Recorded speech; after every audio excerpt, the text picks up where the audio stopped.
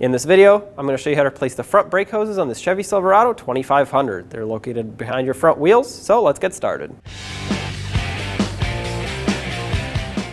Let's remove the wheel. If your truck has these center caps, you're going to want a 22mm socket, the same as for your lug nuts, and remove all of these plastic covers, unthread them to pull the center cap off. If your truck doesn't have this, of course, just skip this step.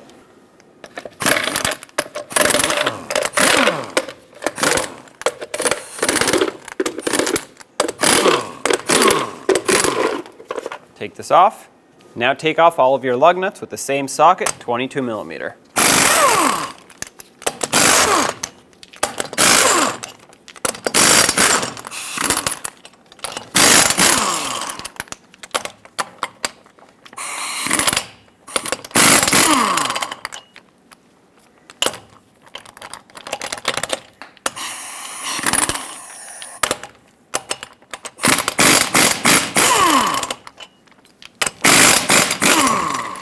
Now remove the wheel. I'm going to start by popping the ABS wire off of this brake hose bracket. You can use a trim tool or whatever you have that'll pry this up. You can stick it in from the back side. Just lift this clip out of the way. And then there's a 10mm bolt holding this bracket for the brake hose on the knuckle. Let's remove this. With this off, you should be able to pull the bracket off. It has a little pin there. Sometimes that gets stuck, but just wiggle it until it comes off. I'm going to start by crimping this hose. I would not recommend doing this on a new one, but since this is the one that we're replacing, I'm going to restrict the flow of brake fluid through it so that we can get a little bit more time to work with. Next, use an 11mm wrench or socket, break free this spandrel bolt, and remove it the rest of the way. With this off, we should be able to pop the brake hose off and have minimal spillage. However, keep in mind the caliper will still drain, so have a collection bucket ready.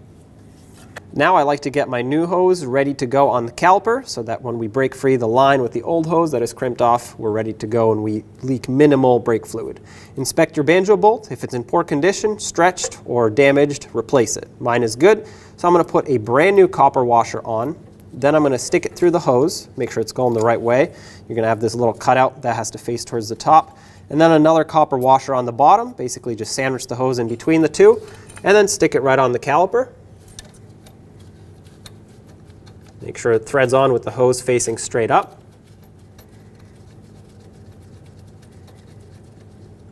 Once you bottom this out, the torque for this is 30 foot-pounds.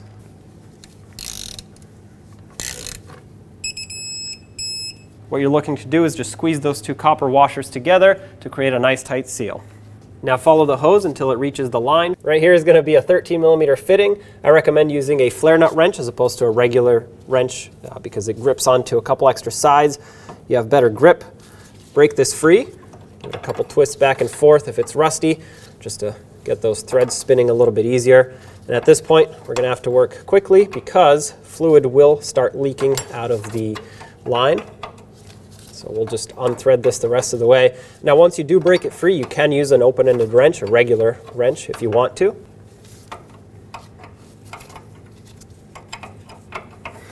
Or you can just gently use some pliers, unthread this the rest of the way.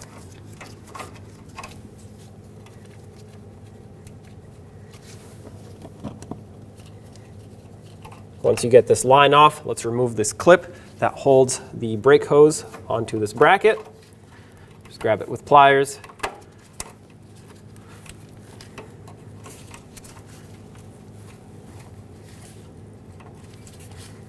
Pull it straight out. Now you should be able to remove your brake hose. Sometimes it gets a little rusty in here, so wiggle it back and forth. And there it is. Of course, take the pliers off and you can discard this. Get the new brake hose, start it in here, and I'm going to clip it in first. That way it stays in place.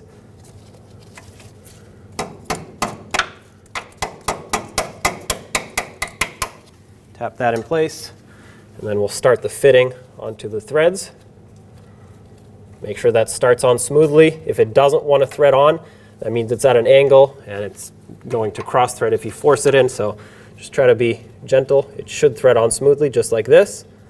If the threads are rusty, clean them up.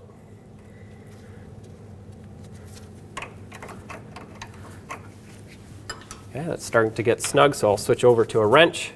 We're going to snug this up until fluid stops leaking, and then just give it a little extra so that we can compress that fitting and seal it up nicely. Switch over to your flare nut wrench to get a better grip and not round off the fitting. That's pretty much bottomed out and snugged. I'll give it a little extra, at most 1/8 of a turn. That should be good. Now let's clean this up with some brake parts cleaner so that in case we do have a leak, we can make sure that we notice it instead of confusing it for residual fluid.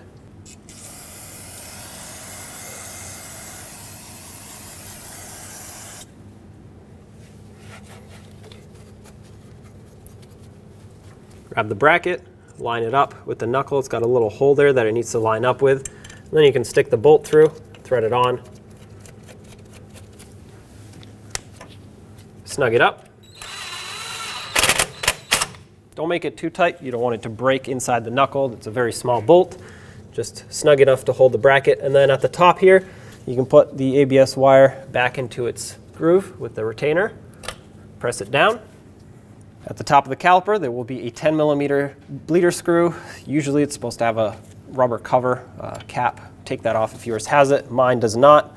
Put your wrench or socket on there and break it free. As you can see, brake fluid is already coming out, so that's perfect. That means it's not clogged.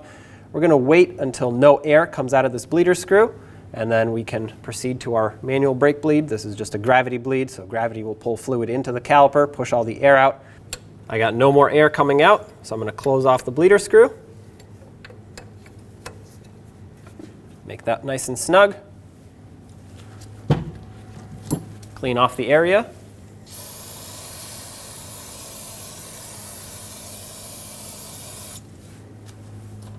Now pump up your brakes, top off the master cylinder, and let's get the wheel on. Put the wheel back on.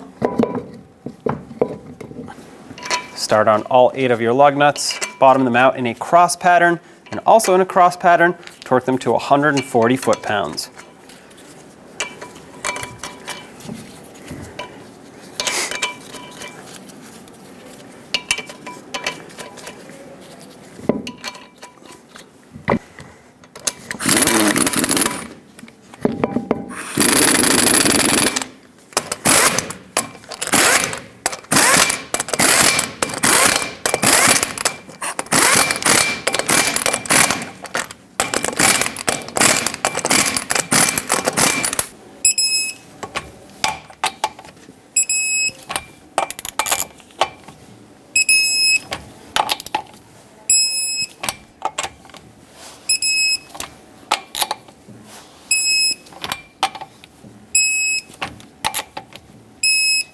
Double check them.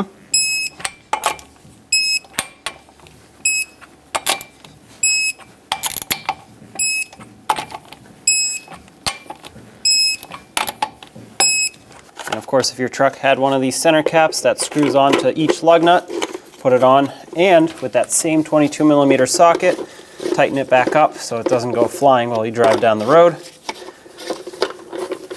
I don't recommend using a power tool on these because they are very delicate. You can easily strip out the threads if you're not careful, and it will fall off at that point if it's not held on properly. So make sure you tighten it by hand, even though it takes a little bit longer. It is definitely worth it. All right, those are all tight. Take it for a road test. When only the best will do, demand TRQ. The only company that lets you view before you do. TRQ is committed to offering the highest quality aftermarket auto parts that are engineered for peace of mind. Thanks for using and viewing with TRQ.